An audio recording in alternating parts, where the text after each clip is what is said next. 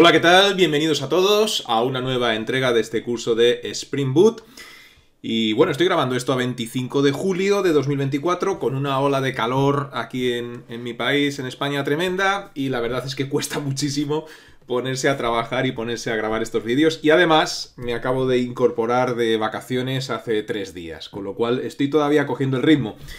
Ha pasado un tiempo desde el último vídeo que subí a este curso de Spring Boot hasta este. Ha pasado un tiempo del vídeo número 6 al 7. Y es porque he estado de vacaciones, como os digo. Así que, bueno, tener un poco de paciencia conmigo, que poco a poco iré cogiendo el ritmo. Lo comentaba en el vídeo de mi serie de lenguajes y mercados, ¿no? Que esto, para mí, es como ese jugador de fútbol que se lesiona. Está pues un par de meses o 3 en el dique seco lesionado y luego hasta que coge otra vez el ritmo de partidos, ¿no? Y empieza a jugar con normalidad, pues requiere un tiempo. Pues lo mismo me pasa a mí con esto de grabar vídeos. Me voy de vacaciones un tiempo y luego cuando vuelvo estoy como desentrenado, ¿no? Y hasta que cojo un poco el ritmo, pues bueno, tiene que pasar un poco de tiempo. Pero como digo, tener paciencia conmigo, que vengo con fuerzas renovadas y voy a subir más vídeos, voy a hacer cursos nuevos, tengo grandes planes para el canal. Y bueno, pues en este curso, si recordáis el último vídeo, que hace ya unos días, un tiempo, ¿verdad?, que lo subí, hablábamos de los archivos que tenemos en un proyecto de Spring Boot, ¿no? En la estructura del directorio. Y hablábamos un poco de un archivo que es fundamental, es muy importante, que es el archivo POM.xml. Entonces, en este vídeo voy a profundizar un poquito más en este archivo porque, debido a su importancia, conviene conocerlo al detalle, ¿no? Y después de esto, mi intención es crear un proyecto completo con Spring Boot. Bueno, pues para, a la par de crear un proyecto práctico, ¿no? Con un sistema de login quizás y con todo este tipo de cosas, pues ir aprendiendo un poco de este framework, ¿no? Pero antes, como digo, vamos a hablar de este archivo POM.xml y vamos a hablar, pues, de su estructura, de las partes que lo forman, para qué sirve cada una de las partes, etc. Entonces, la estructura de un archivo POM.xml está formado principalmente por 3 grandes partes, ¿no?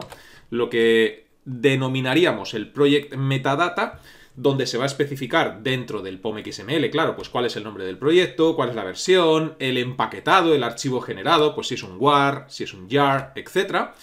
Luego vamos a tener debajo del project metadata otra parte que va a corresponder a las dependencias, lo podéis ver, bueno, de hecho lo vamos a ver nosotros ahora después, ¿no? Una etiqueta dependency que se abre y dependencies que se cierra, y ahí pues indicamos, pues como su nombre indica, las dependencias de mi proyecto, ¿no? Si vamos a incluir Spring, si vamos a incluir Hibernate y otro tipo de dependencias que podamos incluir. Y luego hay una tercera parte importante, que es la parte dedicada a los plugins, donde vamos a especificar, pues, aquellas tareas adicionales que va a realizar nuestro proyecto, pues por ejemplo como la elaboración de informes, como test, JUnit, etc. JUnit, que la U iría aquí en mayúscula. Si recordáis, ya habíamos elaborado un primer proyecto y teníamos nuestro archivo POM.xml. Bueno, pues vamos a ver cómo está estructurado este archivo POM.xml de nuestro proyecto. Vamos a ver todo esto que os he explicado sobre el terreno. Vamos a ello. Bien, pues aquí tengo el archivo POM.xml de mi primer proyecto. Un archivo XML es bastante similar, no igual, pero sí similar a un archivo HTML, ¿no? A un código HTML. Entonces hay una serie de etiquetas y esas etiquetas tienen una jerarquía. Hay etiquetas padre, etiquetas hijas, etiquetas anidadas, etc.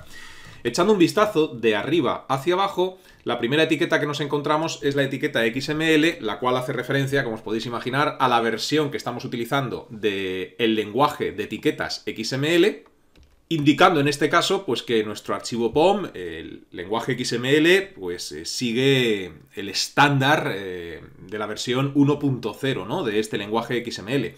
Y luego también la codificación de caracteres, ¿no? Estamos especificando en este caso, o a mí me especifica, que va a utilizar la codificación UTF-8, que es pues quizás la codificación de caracteres más ampliamente utilizada, ¿no? Que incluye todos los caracteres Unicode. Y luego debajo, echando un vistazo, vemos que tenemos una gran etiqueta padre project, ¿no? Es decir, este project que se abre aquí arriba se va a cerrar al final. Y el resto de etiquetas que vamos a mencionar ahora después se encontrarían de esta etiqueta project que se abre y que se cierra. Así que podemos decir que este project es el elemento raíz de cada archivo POM.xml en Maven y contiene toda la configuración del proyecto, ¿no? Aquí, pues lo que nos está indicando este atributo XMLNS y esta dirección que veis aquí es el espacio de nombres XML para el POM de Maven, ¿no? Y esto pues asegura que los elementos y atributos dentro de este project están definidos según el esquema 4.00 de Maven. Y luego aquí, pues esta instrucción que vemos a continuación, pues que termina aquí, como veis, con la palabra instance, lo que hace es definir un espacio de nombres XML para los atributos que se van a utilizar en el esquema XML, ¿no? Y por último, esta URL que vemos aquí debajo, donde dice schema location, pues lo que hace es especificar el lugar, la ubicación de ese esquema XML para que contra esta dirección se valide todo el contenido de nuestro archivo POM. Indica que los elementos y atributos definidos en el espacio de nombres que hemos especificado antes deben validarse contra lo que aparezca en esta URL que tenemos aquí debajo. Digamos que esto podría ser el encabezado, ¿no? Estas dos etiquetas, el encabezado de nuestro archivo POM XML. Y luego aquí debajo nos encontramos con una etiqueta que es bastante importante, un bloque, ¿no? Un parent que se abre, un parent que se cierra, con todo lo que tenemos en su interior. Fijémonos, antes de explicaros para qué sirve este parent o qué es lo que hace, fijémonos en lo que hay en su interior. Como veis, tenemos una etiqueta group ID que se abre y se cierra, una etiqueta artifact ID que se abre y se cierra y una etiqueta version. Estas etiquetas las vais a encontrar en el archivo POM XML en diferentes lugares. Las tenemos, por ejemplo, aquí, también las tenemos, como podéis ver, aquí debajo. Y bueno, pues, ¿para qué sirven? En primer lugar, parent, si tenéis ciertos conocimientos de programación orientada a objetos, os debe dar una pista aproximada de qué es lo que hace, ¿no? Porque parent en programación en general quiere decir padre. Así que aquí realmente con este bloque de parent que se abre y se cierra estamos especificando que hay una herencia, y es que nuestro proyecto hereda a su vez de otro proyecto padre, como las clases, ¿no? Tenemos superclases y tenemos subclases que heredan de las superclases. Aquí ocurre lo mismo, pero en vez de con clases, con proyectos. Así que cuando creamos un proyecto con Maven, aquí se está especificando cuál es el proyecto padre del que se hereda. Y es importante porque las principales características de nuestro proyecto van a venir dadas por ese proyecto padre, ¿no? ¿Y qué quiere decir esta etiqueta Group ID? Bueno, pues es el identificador de grupo del proyecto padre. Aquí, org.springframework.boot identifica que el proyecto pues, pertenece a la organización de Spring Boot, ¿no? Pertenece a Spring Boot. Luego tenemos la etiqueta Artifact ID, que es como una especie de identificador único, código, es como una especie de DNI, por decirlo de alguna forma, ¿no?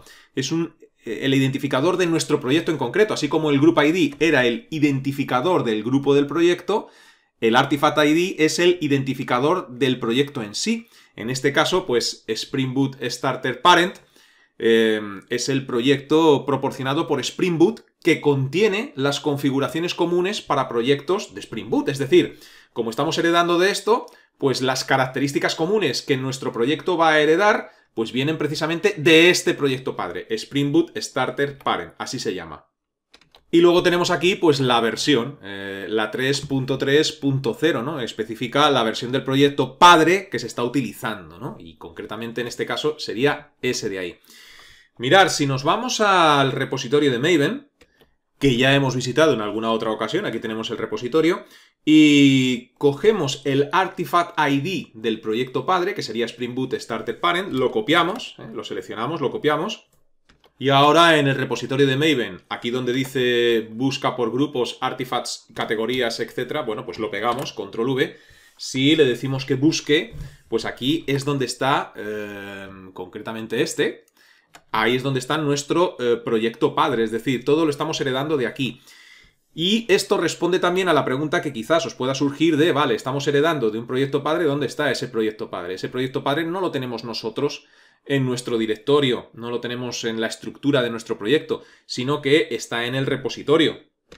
Concretamente lo tenemos aquí, ¿no? Si hacemos clic en este proyecto padre del que heredamos, pues aquí tenemos la versión de la que estábamos heredando. ¿Recordáis que era la 3.3.0? Así lo indicaba nuestra etiqueta, ¿no? 3.3.0. Bueno, pues es aquí donde está, ¿no? Y concretamente, como es un proyecto relativamente nuevo, pues esta versión se creó en el 23 de mayo de este año, de 2024, ¿no? Estas son súper recientes. porque fijaos, incluso estoy grabando esto a 25 de julio, esta es del otro día, ¿no? Entonces mi proyecto concretamente está heredando de este proyecto padre. Si hacéis clic en él, en la versión, pues aquí podéis encontrar toda la información relativa a ese proyecto padre. Y es aquí, en este proyecto padre, que se encuentra en el repositorio, donde se establecen, como digo, las características generales e importantes que debe tener mi proyecto de Spring Boot y que se heredan de aquí. Incluso si volvemos de nuevo a nuestro archivo POM.xml, a continuación de la versión tenemos esta etiqueta de Relative Path. Y fijaos lo que nos dice aquí a modo de comentario. Lookup parent from repository. Es decir, busca el proyecto padre en el repositorio o desde el repositorio. Está indicando este Relative Path, pues, que debe buscar Maven, el proyecto padre, en el repositorio, en lugar de buscarlo en una ruta relativa que podamos tener en nuestro sistema de archivos local, ¿no? Es un comentario que aclara esta circunstancia. Así que a modo de conclusión o de resumen, el Spring Boot Starter Parent, este proyecto padre, proporciona, como digo, una configuración pues estándar, optimizada, que va a simplificar, que de eso se trata, ¿no? El uso de Spring Boot, de simplificar lo máximo posible el desarrollo de aplicaciones, ¿no? No necesitamos tener el archivo POM.xml del proyecto padre en nuestro proyecto, ya que Maven lo va a gestionar automáticamente descargando del repositorio remoto y almacenándolo en el repositorio local. Y de esto hablamos ya en el vídeo anterior, si recordáis, ¿no?